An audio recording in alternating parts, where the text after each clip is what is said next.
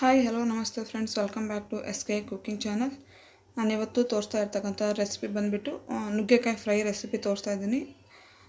ತುಂಬ ಟೇಸ್ಟಿಯಾಗಿರುತ್ತೆ. ಯಾರಾದರೂ ನುಗ್ಗೆಕಾಯಿ ಇಷ್ಟಪಡಲ್ಲ ಅನ್ನೋರು ಈ ಥರ ರೆಸಿಪಿ ಮಾಡ್ಕೊತೀನಿ. ತುಂಬ ಟೇಸ್ಟಿಯಾಗಿರುತ್ತೆ. ಇನ್ನೂ ಯಾರೆಲ್ಲ ನನ್ನ ಚಾನಲ್ ಸಬ್ಸ್ಕ್ರೈಬ್ ಮಾಡದೆ ನೋಡ್ತಾ ಇದ್ದೀರಾ, ಪ್ಲೀಸ್ ಸಬ್ಸ್ಕ್ರೈಬ್ ಮಾಡ್ಕೊಳ್ಳಿ. ಬನ್ನಿ ಮಾಡೋದು ಹೇಗೆ ಅಂತ ನೋಡೋಣ.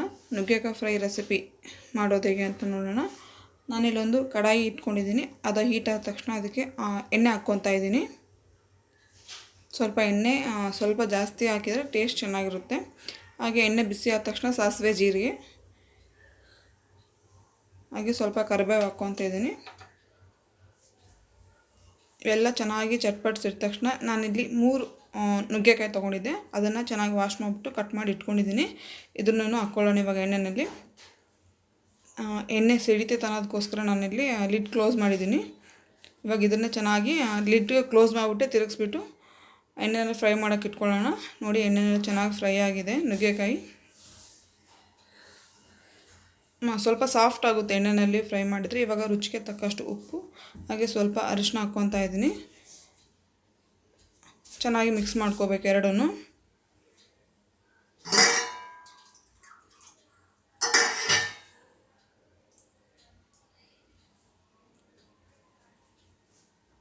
ಉಪ್ಪು ಮತ್ತು ಅರಿಶಿನ ಹಾಕೋದ್ರಿಂದ ಯಾವುದೇ ತರಕಾರಿ ಆದ್ರೂ ಬೇಗ ಸಾಫ್ಟ್ ಆಗುತ್ತೆ. ಅದಕ್ಕೋಸ್ಕರ ಸ್ವಲ್ಪ ಫಸ್ಟಿಗೆ ಉಪ್ಪು ಮತ್ತು ಅರಿಶಿನ ಹಾಕ್ಕೋಬೇಕು. ನೋಡಿ, ಇಲ್ಲಿ ಸ್ವಲ್ಪ ಸಾಫ್ಟ್ ಆಗಿದೆ. ಇವಾಗ ನಾನಿಲ್ಲಿ 1 ಸ್ಪೂನಷ್ಟು ಖಾರ ಹಾಕ್ಕೊತಾ ಇದ್ದೀನಿ. ಖಾರನೂ ಎಲ್ಲನೂ ಚೆನ್ನಾಗಿ ಮಿಕ್ಸ್ ಮಾಡ್ಕೋಬೇಕು.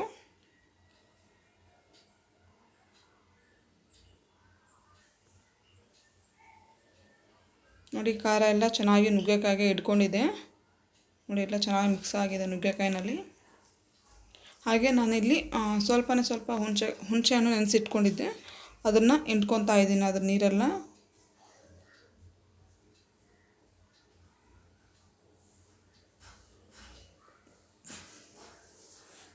ತುಂಬ ಟೇಸ್ಟಿಯಾಗಿರುತ್ತೆ.